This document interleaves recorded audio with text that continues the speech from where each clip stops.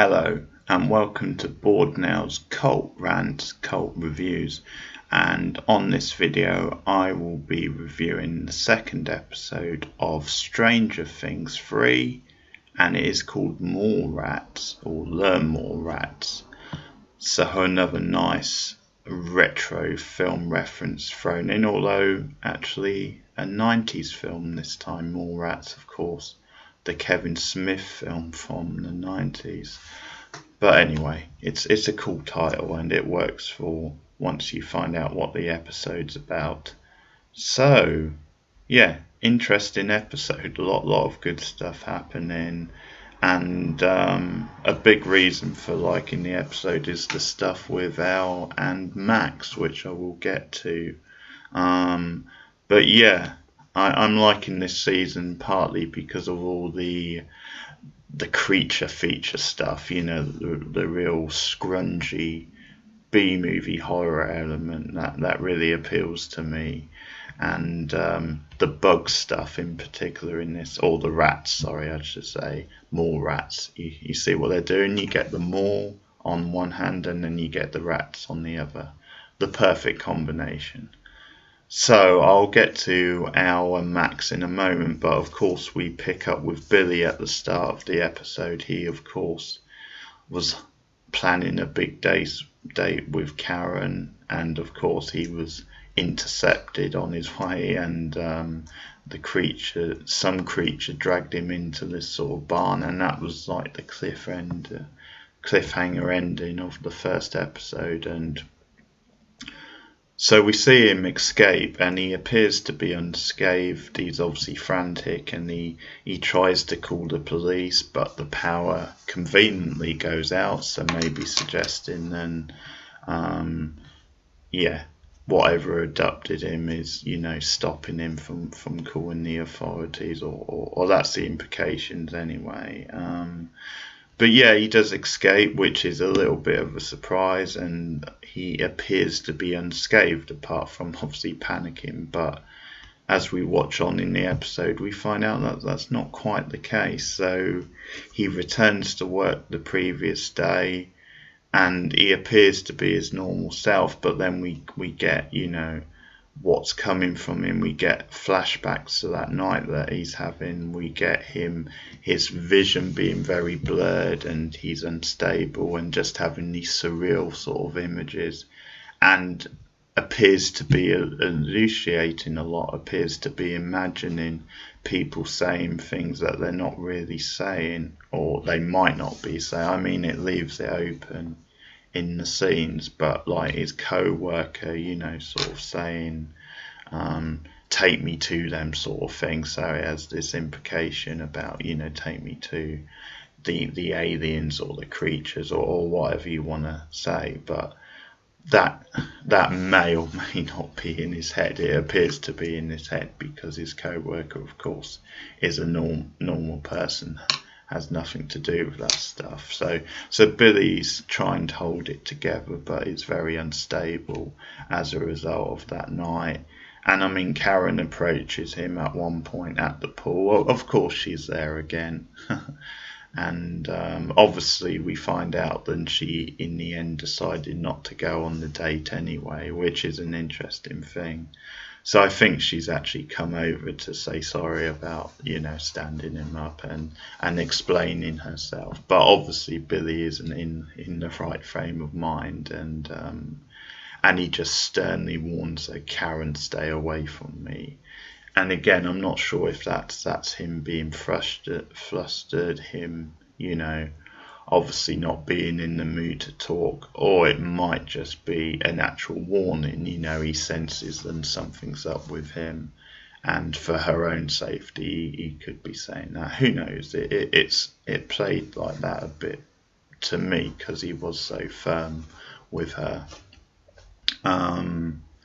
But by the end of the plot, we sort of find out what's sort of happening with Billy, because he actually, sort of draws in his co-worker. I forget the character's name actually, but she's the one who's always there as well, the one we saw in the first episode, who when her shift ended, his began, and obviously the girls were swooning.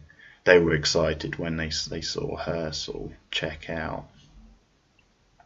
I mean, there is a bigger link to her we're going to find out. But anyway, basically Billy traps her and uses her as bait or as food for these creatures, these aliens.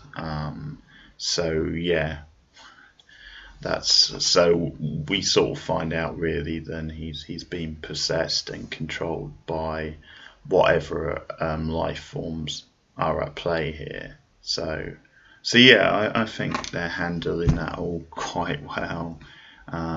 It's all very trippy and yeah, monster creature feature of the week. But the way they're using Billy as well, I think it was interesting. We weren't quite sure, or certainly I wasn't, how he was going to be used this season. So I think this is quite a good way for them to use him as this sort of face of evil, as someone being controlled and someone who you could see having a big role in the season. But yeah, getting around the fact that he was such an odd in-between character. So you could see a certain arc with him developing. So that's Billy, and that's obviously setting in motion the big threat of the season. And on that sort of thing, we see subtly, as if things couldn't get any weirder, than there's this weird stuff going on with rats across the city, or the town, I guess, and really bizarre stuff. This is where the real sort of monster gross out factor really starts kicking in, and we hear about on the news about them sort of mutating and about them sort of exploding and all this sort of stuff. The effects are actually really good. I thought the sort of very fleshy gooey monster rat effects in this were really well done, really appealed to me, I have to say, because I'm a bit of a sicko like that. So this sort of springs interest from Nancy particularly. She starts hearing about this and obviously thinks, this could be a hot story. So she starts, putting pressure on Jonathan to let's go and cover this, basically, and they start following various leads, and she's very much pushing this. I mean, he's hesitant to do it, because officially they're not supposed to go out on their own, like, cases, stories, obviously Nancy not at all. She's just, very much an assistant, and Jonathan just photograph stuff, so he would be told what to photograph, but obviously because of the barriers there and the issue Nancy has had with the sexist pigs working at the newspaper, then obviously she doesn't feel they can go to them, and she basically feels they wouldn't be taken seriously. So yeah, they start going out, they start investigating, they start talking to various people, and they eventually they go to the house of Mrs. Driscoll, I want to say, who the actress is actually very familiar. I've seen her pop up in a few things, but it was at her sort of at her house, where some of the weird stuff with the rats started happening, and by the end of the episode Nancy has seen then there's something unhealthy going on with her rats, with creatures. So I mean, at that point they've sort of think then it's a bit of a dead end and they don't have much of a story, but then Nancy stumbles upon that, so yeah, it keeps that plot bubbling along. But I will talk about obviously Max and the kids and Al and what have you, because it's really a big part of this episode.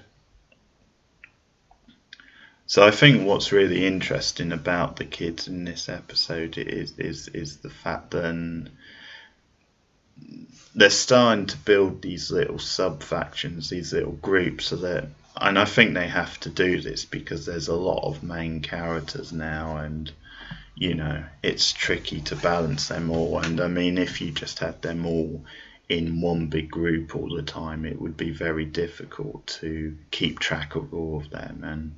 And I think certain characters would suffer as a result. So it makes sense, actually, then you put them on different sides of the plot and give them their own like subgroups, but they're slowly sort of working towards getting to the same place, if you like, and getting to the nub of the big arc of the season. So I think that's a good way to do it. I think you get diverse pairings that way, and you get you can do different things with their characters. So really they had to do that because the cast are really expanding. But yeah, what I find interesting about that is the fact then on the one hand you get certain groups that are starting to bond, and certain groups that are obviously building towards this thing, whereas I think with there's a sense maybe, well, certainly with Will, we know he's getting quite isolated, and with Max and Al, the fact that they're actually pushing away from the core group, and so I think that's quite an interesting contrast. But so what basically happens is Mike has been scared out of his life by Hopper, and Hopper's his strategy from the last episode to sort of keep him and Al apart. And David Harbour as Hopper is again glorious in this episode. So I mean, you sort of hate him in a way because he's just so smug and his methods are so murky, but just the way he reacts and the music. So he's in his car afterwards at this point, and he's playing that that well-known song, the one about not tugging on Superman's cape sort of thing, and he's just bopping his head singing along, and he's just so pleased with himself. It's just so smug but so entertaining. Great physical comedy by David Harbour. But yeah, so he's frightened the life out of Mike. He's forced him to kind of lie to Al, and he sort of, comes up with that excuse about his grandma, sort of claims that she's really ill, and that's why he can't spend time with her. And basically what we find out in this episode is that Mike's a terrible liar, and that comes across to Al as well. And they're talking on the phone, and he just doesn't believe, or she doesn't believe him, sort of thing. And obviously he tries to cover the best he can, but yeah, she kind of sees through it, so she's really pissed with him. And she goes to Max for advice, and I think it's sort of an interesting thing with this season where we're seeing this sort of idea that, I mean, it's a line. I'm not sure if I think it's a line by Max, about, because Al sort of says, well, friends don't lie, and Max says boyfriends do, which is a glorious line. And hey, well, sometimes they do, folks. That's just the reality. Sometimes they do. And whether you want to be cynical and say they always do, I'll leave that open to you, and you can have that discussion. But anyway, yeah, it's the scenes with Max and Al are just fantastic, and it was really seeing them in this episode interact where I thought they could have their own spin-off. That would be brilliant. They work so well together. They just gel, and I think because they're quite different from each other, but the bond they form on this episode is just phenomenal. It's so good to watch play out. And this is just classic Stranger Things. I mean, it fits so much with the show, and yet it's, it's kind of doing something interesting with the characters. So basically Al says, or Max, sorry, says, screw them, let's have a girls' day at the mall, let's enjoy ourselves, let's down our hair. And again, it really captures this exciting new place of the mall and the different possibility for kids. And so they go out, and it's just perfect because they play Madonna's Material Girl. So again, a perfect music choice. They couldn't have picked that one any better. So that's playing as we see them having this fun day at the mall, dressing up in different fashions, food, everything, just having a really blast. And again, it sort of strikes up this chord of, this new sort of friendship, because maybe this is the first time they've spent any proper time together when it's just been them. I think a lot of times it's like them and the other, them with the group, and it's always a different dynamic when it's with a group compared to just them as friends. So yeah, these scenes are just so fun, so well edited, and the pick of Material Girl by Madonna is the perfect choice for the scene, and it sort of intercuts them with the boys as well. The boys have gone to the mall, and that's because Lucas sort of suggests to Mike, why don't you buy her a gift to sort of to smooth the edges, if you like. So I love the whole scene, really, the intercuts between the boys and Mike struggling to find the perfect gift to make amends with Al, and then the girls doing their sort of things. And again, it's a big thing with Al this season, not just using her powers, but I think actually experiencing stuff she's never experienced before. And we see that in the mall scenes. We see, that her dressing up, getting all glammed up, and different things, which she hasn't had the experience of before. So her reactions to those things are always fascinating and interesting and entertaining. So, but what and you can see this coming. What eventually happens is the two clash, so the boys bump into the girls, and obviously, and I sort of do like Mike in this scene because he's asking, why have you brought her here, and he's quite angry with Max. And it's a good beat because actually I think he is genuinely concerned. He's concerned about the fact that Al hasn't been exposed to this before. Is she really ready? I don't think it's just him being selfish and jealous.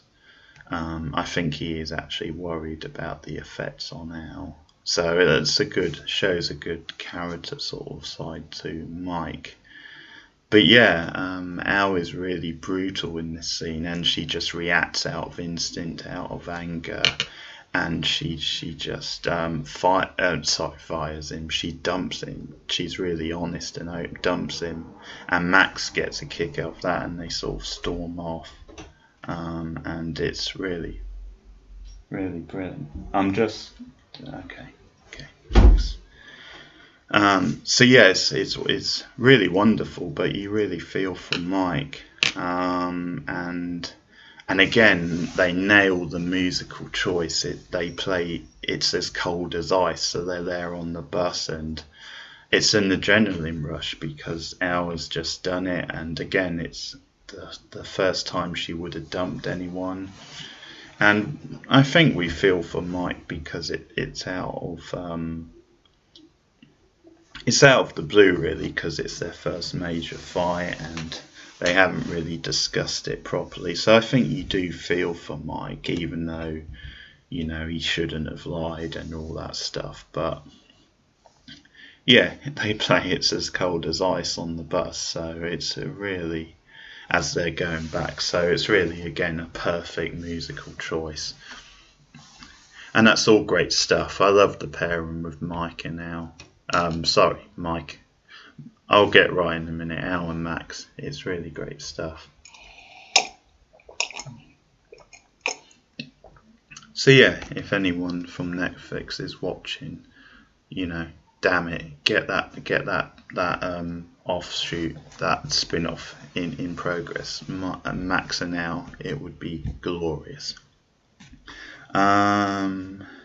So we get more with Dustin and Steve, that side of the plot, Robin as well, and Erica sort of gets in on the act a little bit as well. I think this is the episode where we see she's always hanging around the ice cream parlour getting free samples and what, because it's one of those places where you can try free samples, and I think this is the line actually from Robin where she's like, how many kids do you know, sort of thing, which is a great line.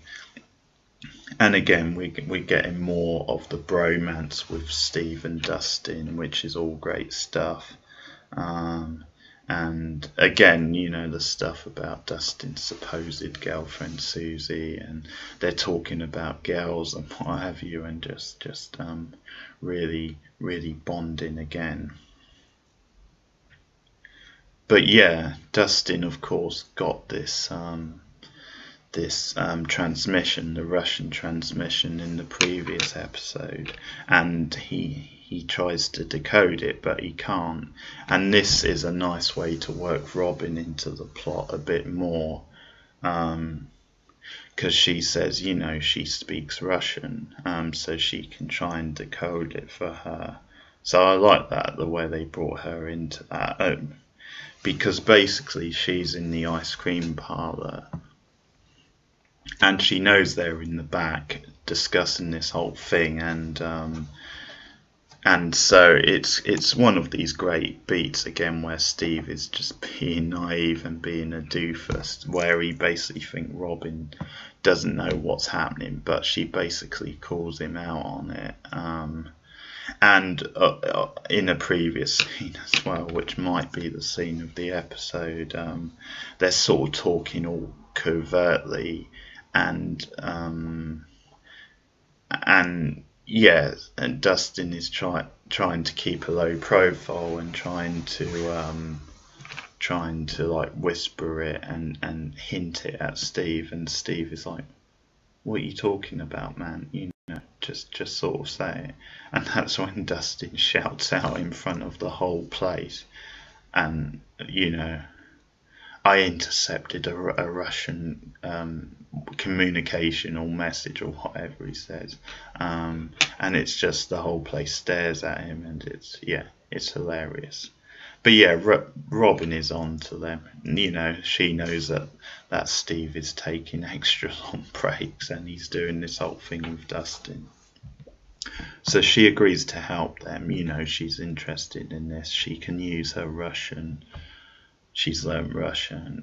So they decode the message, but it's very obscure. It doesn't really make a lot of sense. They're not sure what it means. You know, they know then it mentions like a cat and this whole metaphor thing. But yeah, they're not quite sure what it means. But then there's a certain sort of break in late in the episode where they're actually it's after dark at the mall, and the whole place shut down, and they're wandering through it, and one of them, I can't remember how the scene plays out, but I think accidentally turns on the like one of those rides sort of thing, like the sort of you stick a penny in it and it goes up and down. So one of those children type rides, and so they shut it off. It might be the power actually, because power's been going on and off. But yeah, Steve says, you know, put it back on a minute. And again, Robin's sort of mocking him, you know, saying, you know, does little Stevie want to get on the ride? Be careful, all that. So again, I'm being very mocking. But this is a good moment for Steve, because he actually, you know, cottons onto something here, and that is then apparently because it's playing a song, and it's a familiar song which we would all sort of know, and it's that thing where basically on the song, it's some sort of like nursery rhyme or something like that. The song is the same as the message, So the tune goes along with the message, the Russian sort of message. So him and Dustin have a light bulb sort of moment, and they sort of figure that out. And we also have a character introduced in this episode, and I think this is perfect casting again, and that is Gary Elwes, or Curly Elwes, Cary, I believe you say his first name, but people know from The Princess Bride, and from quite a few other things, but that was obviously one of his early big roles. And he's playing the mayor now in town, and so again they're digging deeper into the politics, and it is sort, as I said in the last review, it is focusing on the reaction from the people and the reaction to this more, and the negative effect it's having on the local economy and community. So we are starting to see protests. So Hopper is called in by the mayor, and the mayor, as I said, played by Cary Elwes,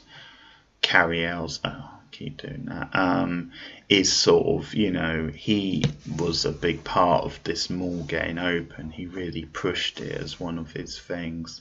And it's coming up to him being re-elected, so he's very nervous about these protests. And he's essentially called in Hopper as a bit of muscle to clear out the protesters. And I sort of like Hopper in this scene because he's very traditional. Although he's a grouchy sort of guy, he's very much in touch with the working sort of person. And he challenges the mayor on this and says, actually, isn't it their democratic right to protest this? I'm tripping over my words here. And the mayor actually calls him up on it. He says, yes, that is their right, but you normally have to go through the proper channels to protest. You have to get a permit from town hall, this sort of thing, which is good insight. Actually, I didn't know you had to do. I mean, I assumed there had to be some sort of paperwork or some sort of an agreement, but I didn't know you had to get a permit. So it's one of those scenes where the mayor being very sly, and because he doesn't, because if he didn't have his ulterior motives, it's sort of like, let them protest if they want to. But because he's concerned about his re-election and how this might look, he wants Hopper to shut it down, and he's found this loophole where, so in the end Hopper concedes and he has to do it. And it's this really interesting thing with Hopper where he's caught in between, and he's kind of more on the side of the protesters, but because they didn't get the permit, he has to go along with it, and he does his job essentially, but he's very begrudging. But this is obviously going to come up more, and we're going to see a bit more of the mayor. So I think this could be quite a tasty little feud between him and Hopper. And Joyce is more interested in what's going on and the fact that funny things have been happening at her house. And she actually goes to the science teacher who we've seen in previous seasons to get more information. And it's funny because she actually stands Hopper up. They actually tentatively agree a casual sort of date, and he's in the restaurant waiting, and she obviously goes to the science teacher, so it becomes an argument between the two later. But the scenes with Hopper in the restaurant are really good. Again, it's classic sort of Hopper. He's getting drunk and he's throwing his weight about, says he has the right to do whatever he wants to do. So again, we're getting some really good, meaty, fun stuff with Harbour. And that's episode 2. Again, really good episode, really starting to build the season. I like what we're doing with these sort of subgroups. And it's all working very nicely. The Material Girl mall scene was a highlight. And as I said, Elle and Max are fantastic together, but it becomes a good conflict now where we're getting these subgroups and they're slowly working together. Obviously, at some point you think, well, fingers crossed, Mike and Elle will work things out.